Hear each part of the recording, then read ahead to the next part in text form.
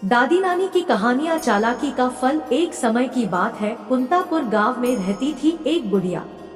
एक थी बुढ़िया, बेहद बूढ़ी, पूरे 90 साल की। एक तो बेचारी को ठीक से दिखाई नहीं पड़ता था, ऊपर से उसकी मुर्गियाँ चराने वाली लड़की नौकरी छोड़कर भाग गई। बेचारी बुढ़िया सुबह मुर्गियों को चराने के लिए खोलती तो वे पंख फड़फड़ाती हुई सारी की सारी बुढ़िया के घर की चारदीवारी फांक कर अड़ोस पड़ोस के घरों में भाग जाती, औरतों को कुड़कुड़ करती हुई सारे मोहल्ले में हल्ला मचाती हुई घूमती। कभी वे पड़ोसियों की सब्जियां खा जाती तो कभी पड़ोसी काट कर उन्हीं की सब्जी बना डालते। दोनों ही हालतों में नुकसान बेचारी बुढ़िया का होता। जिसकी सब्जी बर्बाद होती वह बुढ़िया को भला बुरा कहता, और जिसके घर में मुर्गी पकती उससे बुढ़िया की हमेशा की दुश्मनी हो जाती। हार कर बुढ़िया ने सोचा कि बिना नौकर के मुर्गियां पालना उसकी जैसी कमजोर बुढ़िया के बस की बात नहीं। भला वो कहाँ तक डंडा लेकर एक एक मुर्गी हाँकती फिरे। जरा सा काम करने में ही तो उसका दम फूल जाता था, और बुढ़िया निकल पड़ी लाठी टेकती नौकर की तलाश में। पहले तो उसने अपनी पुरानी मुर्गियां चराने वाली लड़की को ढूंढा, लेकिन उसका कहीं पता नहीं लगा।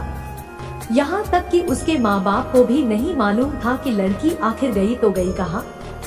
नालायक और दुष्ट लड़की, कहीं ऐसे भी भागा जा रहा है।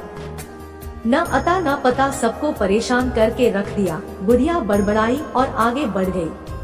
थोड़ी दूर पर एक भालू ने बुढ़िया को बड़बड़ाते हुए सुना तो वह घूमकर सड़क पर आ गया और बुढ़िया को रोक कर बोला, गुर्र बुढ़िया नानी नमस्कार। आज सुबह सुबह कहाँ जा रही हो? सुना है तुम्हारी मुर्गियाँ चराने वाली लड़की नौकरी छोड़कर भाग गई है। न हो तो मुझे ही नौकर रख लो, खूब देखभाल करूँगा तुम्हारी मुर्गियों की। अरे हटो, तुम भी क्या बात करते हो? बुढ़िया ने खिसिया कर उत्तर दिया, एक तो निरे काले मोटे बदसूरत हो मुर्गियां तो तुम्हारी सूरत देखते ही भाग खड़ी होंगी। फिर तुम्हारी बेसुरी आवाज उनके कानों में पड़ी तो वे मुड़कर दड़बे की ओर आएंगी भी नहीं। एक तो मुर्गियों के कारण मोहल्ले भर से मेरी दुश्मनी हो गई है, दूसरा तुम्हारे जैसा जंगली जानवर और पाल लूं तो मेरा जीना भी मुश्किल हो जाए। छोड़ो मेरा रास्ता, मैं खुद ही ढूंढ लूंगी अपने काम की नौकरानी। बुढ़िया आगे बढ़ी तो थोड़ी ही दूर पर एक सियार मिला और बोला, हुआ राम राम बुढ़िया नानी, किसे खोज रही हो? बुढ़िया खिसिया कर बोली, अरे खोज रही हूँ एक भली सी नौकरानी जो मेरी मुर्गियों की देखभाल कर सके। देखो भला मेरी पुरानी नौकरानी इतनी दुष्ट छोरी निकली कि बिना बताए कहीं भाग गई। अब मैं मुर्गियों की देखभाल कैसे करूँ? कोई कायदे की लड़की बताओ जो 100 तक गिनती गिन सके, ताकि मेरी 100 मुर्गियों को गिन कर दड़बे में बंद कर सके। यह सुनकर सियार बोला, हुआ बुढ़िया नानी, ये कौन सी बड़ी बात है। चलो अभी मैं तुम्हें एक लड़की से मिलवाता हूँ। मेरे पड़ोस में ही रहती है, रोज जंगल के स्कूल में पढ़ने जाती है, इसलिए 100 तक गिनती उसे जरूर आती होगी। अकल भी उसकी खूब अच्छी है, शेर की मौसी है वो। आओ तुम्हें मिलवा ही दूं उससे। बुढ़िया लड़की की तारीफ सुनकर बड़ी खुश होकर बोली, जुग जुग जियो बेटा, जल्दी बुलाओ उसे, कामकाज समझा दूं। अब मेरा सारा झंझट दूर हो जाएगा। लड़की मुर्गियों की देखभाल करेगी और मैं आराम से बैठकर मक्खन बिलोया करूंगी। सियार भाग कर गया और अपने पड़ोस में रहने वाली चालाक पूसी बिल्ली को साथ लेकर लौटा। पूसी बिल्ली बुढ़िया को देखते ही बोली, म्याऊ बुढ़िया नानी नमस्ते। मैं कैसी रहूंगी तुम्हारी नौकरानी के काम के लिए। नौकरानी के लिए लड़की जगह बिल्ली को देखकर बुढ़िया चौंक गई। बिगड़ कर बोली, हे भगवान, कहीं जानवर भी घरों में नौकर हुआ करते हैं। तुम्हें तो अपना काम भी सलीके से करना नहीं आता होगा, तुम मेरा काम क्या करोगी? लेकिन पूसी बिल्ली बड़ी चालाक थी।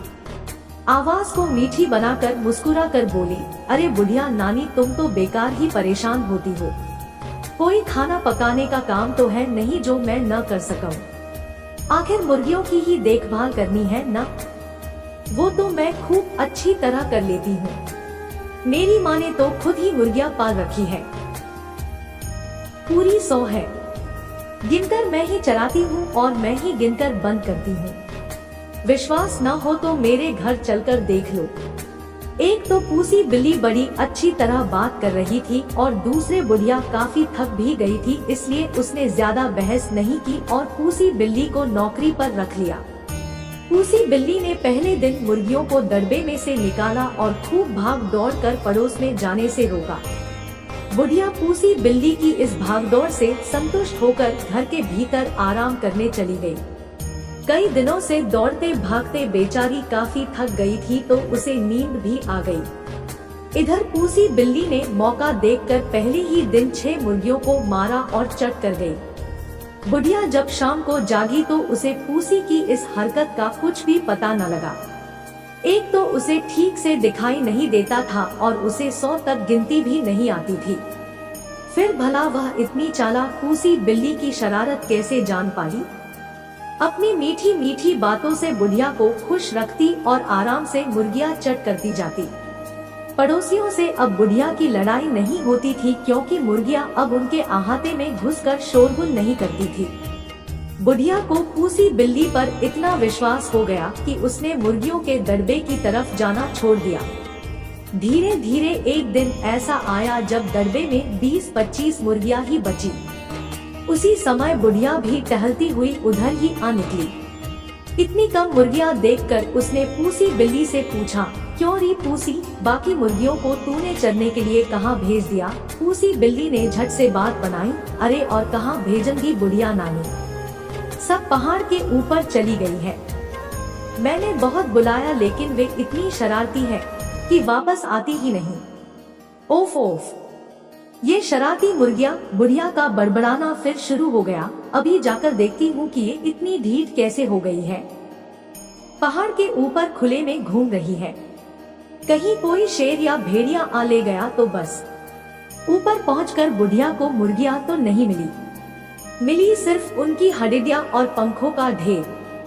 बुढ़िया को समझते देर न लगी कि यह सारी करतूत पूसी बिल्ली की है।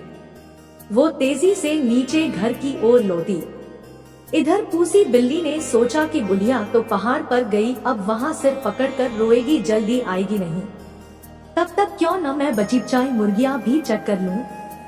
यह सोचकर उसने बाकी मुर्गियों को भी मार डाला। अभी वह बैठी उन्हें खा ही रही थी कि बुढ़िया वापस लौट आई। पूसी बिल्ली को मुर्गियां खाते देखकर वह गुस्से से आग बबूला हो गई और उसने पास पड़ी कोयलों की टोकरी उठाकर पूसी के सिर पर दे मारी। पूसी बिल्ली को चोट तो लगी ही, उसका चमकीला सफेद रंग भी काला हो गया। अपनी बदसूरती को देखकर वह रोने लगी। आज भी लोग इस घटना को नहीं भूले हैं और रोती हुई काली बिल्ली को डंडा लेकर भगाते हैं। चालाकी का उपयोग बुरे कामों में करने वालों को पूसी बिल्ली जैसा फल भोगना पड़ता है।